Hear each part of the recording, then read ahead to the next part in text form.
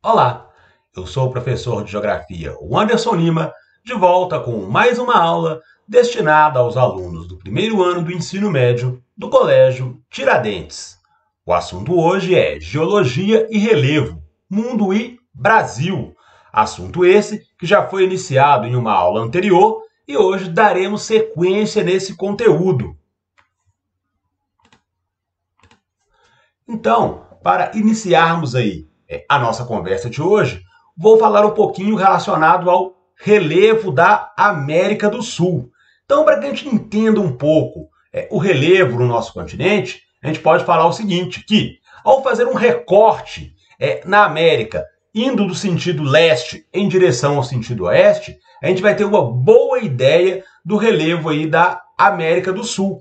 Então, quando eu pego aqui a faixa leste da América do Sul, e nessa faixa eu vou observar o seguinte, eu vou encontrar aqui o predomínio de planaltos, e esses planaltos possuem uma origem bastante antiga, uma origem que remonta lá ao período pré-cambriano. Se a gente for observar na nossa escala do tempo geológico, o período cambriano ele data lá de 4,5 bilhões de anos atrás. Então, essa região na faixa leste, ela vem sofrendo ao longo do tempo com os processos erosivos. Então a gente observa aqui nessa faixa que eu tenho a predominância das cores em verde e os tons de amarelo. Então quando eu observo aqui na legenda do meu mapa, eu vou observar que os tons em verde, indo em direção aos tons em amarelo, são as áreas em que eu tenho as menores altitudes dentro aí do relevo da América do Sul. Então as menores altitudes aqui, elas são explicadas exatamente em função dos processos erosivos que vêm ocorrendo aí ao longo do tempo. Então a faixa leste da América do Sul, ela tem o predomínio de planaltos estes que foram sofrendo com os processos erosivos ao longo do tempo, fazendo com que hoje a altitude dessa faixa de relevo aí seja uma altitude considerada relativamente baixa. Então, quando eu pego aqui na legenda, observo os tons em verde e amarelo, que são as altitudes baixas aí em relação ao relevo aqui da América do Sul. Quando eu passo para a área central, ou seja, pego aqui mais ou menos o meio aqui da América do Sul, eu vou encontrar a região em que eu tenho ali o predomínio de planaltos e de planícies, e esses planaltos e planícies sofrem aí com constantes processos de acúmulos de sedimentos, que é uma área de origem sedimentar. Então, o que acontece? Os sedimentos eles vão se acumulando com o processo erosivo, os sedimentos eles vão se acumulando nas partes mais baixas do meu relevo. Então, à medida que esses sedimentos se acumulam, com o passar do tempo, eu vou tendo ali essa área sedimentar tendo uma altitude cada vez maior.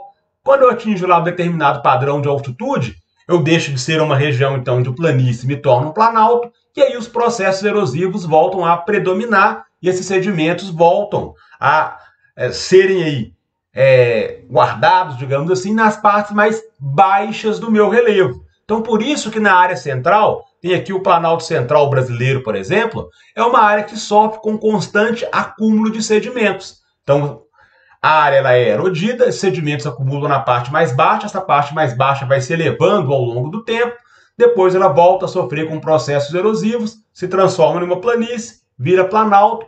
Claro que isso vai acontecendo ao longo aí de muito tempo, lembrar da escala do tempo geológico. Então isso não ocorre aí durante o período do tempo histórico ou do tempo dos homens. Então quando eu chego na região central da América do Sul, vou perceber esse tipo de estrutura aí no meu relevo. E por fim, chegando na faixa oeste aqui do relevo da América do Sul, eu vou observar ali a presença dos dobramentos modernos, a famosa Cordilheira dos Andes aí, formada lá no período Cenozoico. Então a Era Cenozoica, para a escala do tempo geológico, é um período relativamente recente, por isso o nome de dobramentos modernos. Aqui eu tenho lá a ação dos processos que envolvem as placas tectônicas, um movimento convergente de placas tectônicas, quando as placas tectônicas elas vão se chocar uma com a outra. Então, ao ter um movimento convergente, o que vai acontecer com a minha superfície? Ela vai se elevar. Então, quando isso acontece, eu tenho a formação das cordilheiras, então um conjunto ali de montanhas. Então, fazendo uma passagem rápida, saindo da faixa leste, indo em direção ao oeste aí da América do Sul, é essa estrutura que eu vou encontrar, então, no relevo sul-americano. E agora eu passo a destacar um ponto interessante aqui que diz respeito aos recursos minerais, recursos esses presentes no território brasileiro. Então, em primeiro lugar, o que seria esse recurso mineral? Então, ele pode ser definido como sendo uma substância inorgânica extraída da terra e que tem aí uma utilidade como matéria-prima. Então, coloquei alguns exemplos aqui no nosso slide. Ferro, alumínio, tem o estanho, o manganês, o níquel, o cromo. Então, são exemplos aí de recursos minerais utilizados como matéria-prima na composição de outros produtos. Então, no Brasil, as áreas que representam os escudos cristalinos e as bacias sedimentares são exploradas aí em busca desses recursos minerais. Então, nessas regiões de escudos cristalinos e de bacias sedimentares é que eu encontro a maior parte dos recursos minerais brasileiros aí. E agora eu tenho um mapa aqui que é interessante a gente observar, falando exatamente da localização desses recursos ao longo do território brasileiro. Aí vocês vão imaginar o seguinte: professor, eu tenho que saber a localização de cada um desses recursos? Não, porque seria bastante complicado, a gente teria que ficar decorando. Mas o estado de Minas Gerais, principalmente, aqui é interessante que eu conheça os recursos minerais que aparecem no estado de Minas. Então, observando os recursos que eu tenho em Minas Gerais e a correspondência com a minha legenda aqui, eu vou observar que em Minas Gerais a presença é muito grande de ferro, então eu tenho ferro em grandes quantidades. Tenho aqui também a presença do manganês no estado de Minas Gerais. Além do manganês, o níquel também aparece bastante no estado de Minas. E também a presença do nióbio. Então, o nióbio que ele, inclusive, vem sendo discutido na atualidade aí, pelo atual governador de Minas Gerais, que ele está interessado em vender as reservas de nióbio do estado de Minas Gerais para conseguir recursos aí para ajudar na manutenção do estado de Minas. Então, quem tem aí algum parente que atua no serviço público, seja como militar ou não, sabe das dificuldades que o Estado tem encontrado para fazer lá o pagamento de salários. Então, uma das alternativas que o governo de Minas tem buscado aí para sanar esse problema é exatamente vender aqui as reservas de nióbio presentes no estado de Minas Gerais. E uma informação aqui importante em relação aos recursos minerais do estado de Minas Gerais. Então, a localização desses recursos, pegando aqui da região central, indo em direção ao sul aqui de Minas, então essa região aqui ela é conhecida como quadrilátero ferrífero. Então é importante guardar esse nome. Então, o essencial da nossa aula até o momento. Dentro dos recursos minerais do Brasil, tem que conhecer a localização de todos? Não. Dentro do estado de Minas Gerais, é importante conhecer os recursos que eu tenho? Sim. E aí, dentro dos recursos no estado de Minas Gerais, essa área chamada de quadrilátero ferrífero ela é bastante importante aí de ser destacada e é isso que a gente vai fazer a partir de agora. E aí, sempre que eu for falando aí de algum desses recursos que eu encontro no estado de Minas Gerais, eu vou citando outras regiões do território brasileiro em que eu também posso encontrar esses recursos. Aí é bacana guardar. Além de Minas, eu tenho, por exemplo, ferro em que outra região do Brasil? Eu tenho lá o manganês no estado de Minas Gerais. Além de Minas, qual outra região que eu tenho manganês? Então, isso é bacana a gente guardar isso aí. Então, a área que eu citei ali no mapa anterior, falando do quadrilátero ferrífero, é essa região que aparece aqui na nossa imagem.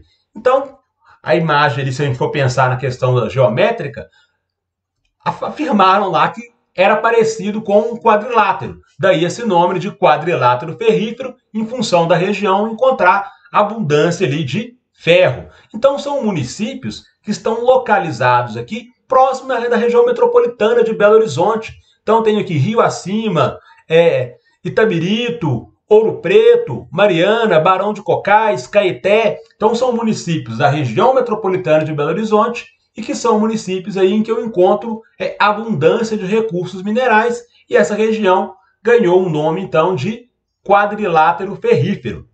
Então, um dos recursos mais importantes dessa região é sem dúvida o minério de ferro. Minério de ferro esse que, na maioria dos casos, ele é exportado. Então, esse minério de ferro, ele praticamente quase todo ele, no caso do quadrilátero ferrífero, cerca de 70% desse minério de ferro, ele é exportado aí. O Japão é um dos grandes compradores do minério de ferro brasileiro. Então, se eu pegar, saindo aqui de Belo Horizonte, fizer um trajeto passando aqui pela BR-040, próximo das entradas de Itabirito, para Ouro Preto, a gente vai observar a presença de grandes mineradoras. Então, não é à toa que o estado de Minas Gerais é bastante conhecido em função aí da atuação da Vale. Nós vimos aí a Samarco, vimos os problemas ambientais que foram gerados em Brumadinho. Então, todas essas grandes mineradoras atuam aqui no estado com foco nessa região do quadrilátero ferrífero, que ela é rica, então, em recursos minerais. Outro recurso bastante importante no estado de Minas é o manganês. Então, o manganês, para que serve isso? O manganês ele é matéria-prima para a fabricação de aço. Além da fabricação de aço, ele serve para descolorir vidros. Então, é uma outra função do manganês. E além do estado de Minas Gerais, vou encontrar o manganês aonde? Vou encontrar na Serra do Navio, no Amapá, e vou encontrar também no Maciço do Urucum, no Mato Grosso do Sul, que também é uma outra região que produz o manganês. Esqueci de falar ali do ferro. Quando a gente pensa no minério de ferro, além de Minas Gerais, uma outra região bastante importante é lá no estado do Pará. A gente vai destacar um pouco mais à frente aí nos nossos slides o projeto Carajás. Então, o projeto Carajás, lá no estado do Pará, também é importante na produção de minério de ferro. Então, minério de ferro, Minas Gerais e lá no estado do Pará, projeto Carajás que a gente vai destacar, manganês, Minas Gerais, além de Minas, Serra do Navio, no Amapá, e Maciço do Urucum, no Mato Grosso do Sul. Ainda recursos minerais presentes no estado de Minas. O níquel. Para que serve níquel? Ele é utilizado na fabricação de moedas. Então, as nossas moedas, o nosso dinheiro que a gente circula com ele aí diariamente, a fabricação dele contém níquel. Então, essa é a função principal aí do níquel. Além do estado de Minas Gerais, vou encontrar níquel em que outras regiões do Brasil? Principalmente em Niquelândia, no estado de Goiás. Então, outro local, além de Minas Gerais, em que eu posso encontrar aí reservas de níquel.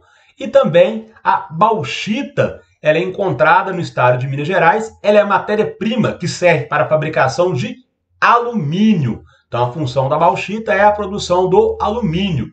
Aqui no estado de Minas Gerais, eu vou encontrar na região de Poços de Caldas, ali próximo do sul de Minas, e também no estado do Pará, na cidade de Oriximiná.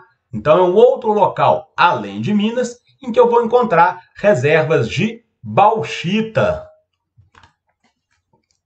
E aí eu havia citado que na região do quadrilátero ferrífero eu tenho a exploração do minério de ferro, e além de Minas Gerais ali, do quadrilátero ferrífero, eu tenho o projeto Carajás. Então ele também é muito importante de ser destacado aí. Esse projeto, ele nasceu lá na década de 70, através de uma ação governamental chamada Radam Brasil. Então o Radam Brasil, o objetivo era explorar e desenvolver ali a região norte do território brasileiro, principalmente a região da Amazônia. Isso seria feito através ali da presença de radares. Então, por isso, Radam Brasil, Radam Amazônia. Então, desenvolver a região Amazônia, a região norte do Brasil. Então, durante esses trabalhos, foi descoberta uma área do estado do Pará com grandes reservas de minério de ferro. E o minério de ferro é importante aí para ser exportado para outras regiões do globo. Então, decidiu-se por fazer a exploração dessa área, foi descoberta pelo projeto Carajás.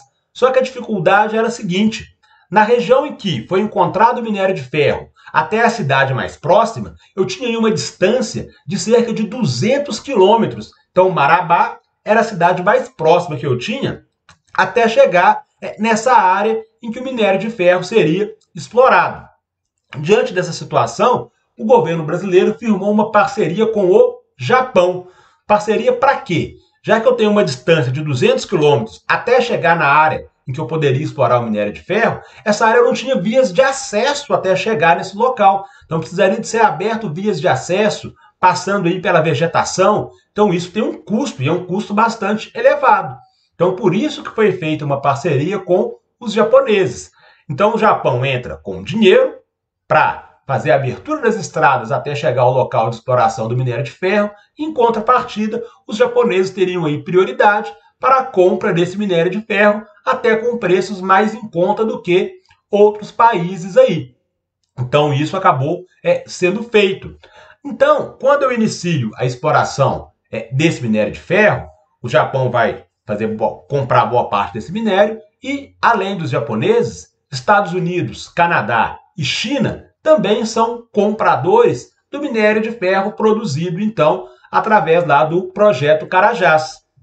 Só que, se existiu uma dificuldade inicial para criar a via de acesso até chegar ao local em que eu vou explorar o minério de ferro, agora eu tenho um outro problema, que eu tenho que pegar esse minério de ferro e escoá-lo. Ou seja, eu tenho que levar esse minério de ferro até algum local para que depois ele seja direcionado para outros países. E boa parte do transporte de mercadorias feito entre os países, isso é feito através de navios. Então precisava de retirar esse minério de ferro da área de exploração e levar até um porto para depois ele de navio ser destinado a Japão, Estados Unidos, Canadá e China. E o porto mais próximo que nós tínhamos aí era o porto de Itaqui, no estado do Maranhão.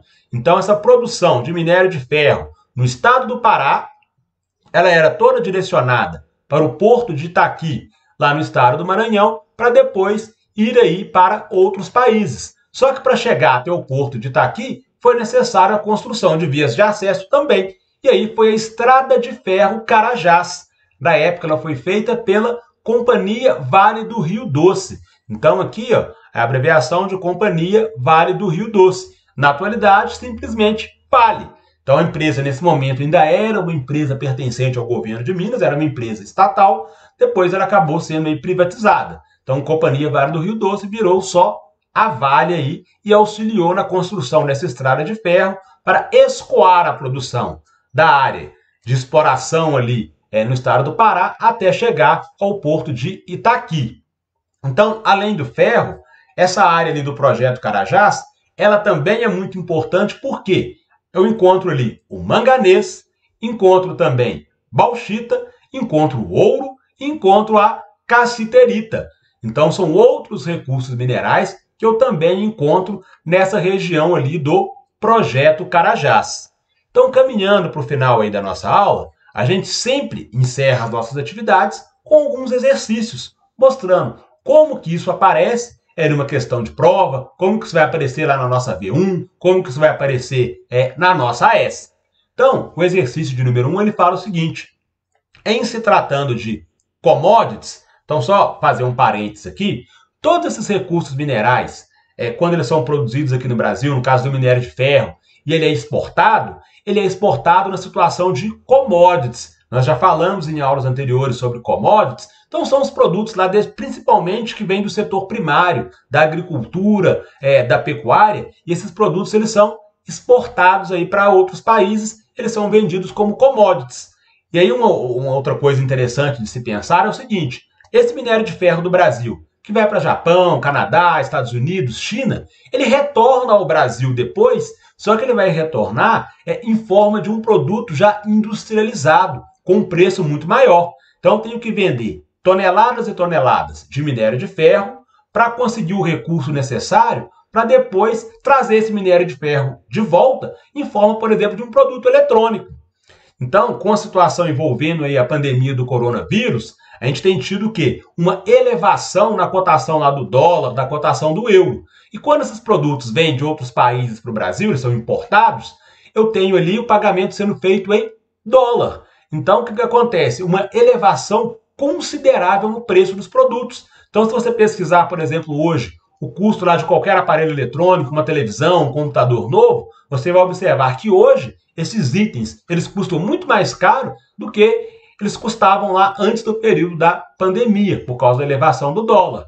Você vai observar que o minério de ferro produzido aqui, ele vai voltar através desses itens industrializados. Então, quando os recursos minerais são comercializados, eles são vendidos em forma de commodities. Então, voltando para a questão, em se tratando de commodities, o Brasil tem papel relevante no mercado mundial, graças à exportação de minério de ferro. Destacam-se os minérios de ferro e de manganês, bases para a produção de aço, e a bauxita, da qual deriva o alumínio. Então, a relação entre minério e sua localização no território brasileiro está corretamente expressa em: a letra A fala que ferro e quadrilátero ferrífero, então essa relação ela é encontrada no Planalto da Borborema. Não, eu tenho um equívoco aqui na letra A, quando cita que o quadrilátero ferrífero está localizado no Planalto da Borborema. O Planalto da Borborema está no nordeste do Brasil. Quadrilátero ferrífero, nós já falamos nessa aula, então é uma região próximo aqui da região metropolitana de Belo Horizonte, então no estado de Minas Gerais, em que eu tenho a exploração desses recursos minerais. Então, ferro e quadrilátero ferrífero não corresponde ao Planalto da Borborema, que está localizado no nordeste do Brasil. Então, ferro e Serra dos Carajás. Então, essa relação, ela aparece lá no Planalto das Guianas? Não, eu também tenho um problema aqui, que ferro e a Serra dos Carajás, isso está no estado do Pará. E o Planalto das Guianas, ele está lá no extremo norte do território brasileiro, pegando os estados de Roraima e partes do Amapá. Então, o erro da letra B é que o Planalto das Guianas não está localizado no estado do Pará, e sim em Roraima ali e parte do Amapá, um pouco mais acima na faixa norte ali. Na letra C, que fala de bauxita e Vale dos Trombetas, eu encontro essa relação na Serra das Andorinhas. A Serra das Andorinhas está localizada no estado do Pará. Então, eu não encontro na Serra das Andorinhas a presença da bauxita em grandes quantidades. Então, também não posso marcar a letra C nessa questão. Mas na letra D, que fala do manganês e do maciço do Urucum, e cita lá a região do Pantanal Mato-Grossense, essa relação ela está correta. Então, quando falamos lá do manganês encontrado no estado de Minas Gerais, foi citado lá também o maciço do Urucum. Por isso que eu pedi para, quando a gente falava dos recursos presentes no estado de Minas Gerais, a gente lembrar que esses recursos, além de Minas, eu encontro isso em que outras regiões do Brasil. Então, eu falei do manganês em Minas e do manganês lá no maciço do Urucum, no Mato Grosso do Sul. Então, Pantanal Mato-Grossense é a relação correta, letra D de dado. Manganês e Vale do Aço da Chapada dos Parecis, está errada essa relação, porque a Chapada dos Parecis localizada no Mato Grosso. Ok? Então, questão número 1, marcamos a letra D de dado. Partindo aí para a questão número 2, observe o mapa dos recursos minerais do Brasil. Mesmo mapa que nós utilizamos aí nos nossos slides. Então, com base nas informações apresentadas nele, podemos constatar que Minas Gerais ainda é a única unidade da Federação Brasileira que apresenta jazidas de ouro? Não. Quando falamos aí dos recursos minerais do estado de Minas Gerais, nós não observamos a presença de ouro aqui no estado, pelo menos não em grandes quantidades. Eu tenho a presença de quem? Tenho a presença do nióbio, mas eu não tenho a presença do ouro, observando o mapa aqui com a minha legenda. A letra B de bola. A região norte não detém recursos minerais significativos em comparação ao restante do país. Está equivocada também a letra B, porque a região norte, se a gente for observar, eu tenho sim a presença de importantes recursos minerais aqui. O próprio projeto Carajás, no estado do Pará, região norte, exploração de minério de ferro. Então, também não posso marcar a letra B de bola. Na letra C, fala que a maior parte dos recursos minerais brasileiros se localiza nas estruturas geológicas dos escudos pré-cambrianos. Então, quando eu observo pela minha legenda, os escudos aqui pré-cambrianos correspondem às áreas em tons mais escuros aqui no meu mapa. E não é essas áreas de tons mais escuros em que eu tenho a presença da maior parte dos recursos minerais aqui do país? Então, a letra C ela está correta. Então, a maior parte dos recursos minerais brasileiros se localiza na área de escudos pré-cambrianos. Então, a letra D de dado tem que estar errada, fala que as principais jazidas de estanho situam-se na região sul do país. Então, quando eu procuro aqui na minha legenda o estanho, eu vou encontrar o estânio aqui e vou observar que ele está presente em grande parte na região norte do Brasil e não na região sul. Na região sul eu praticamente não encontro aí as reservas de estânio. Então, questão número 2, marcamos a letra C de casa. Então, aí exemplos de como que isso vai aparecer para a gente lá na hora das avaliações. Com isso, chegamos ao fim de mais uma aula. Agradeço aí a companhia de todos. Na próxima semana estaremos de volta com mais conteúdo aí de geografia. Grande abraço a todos.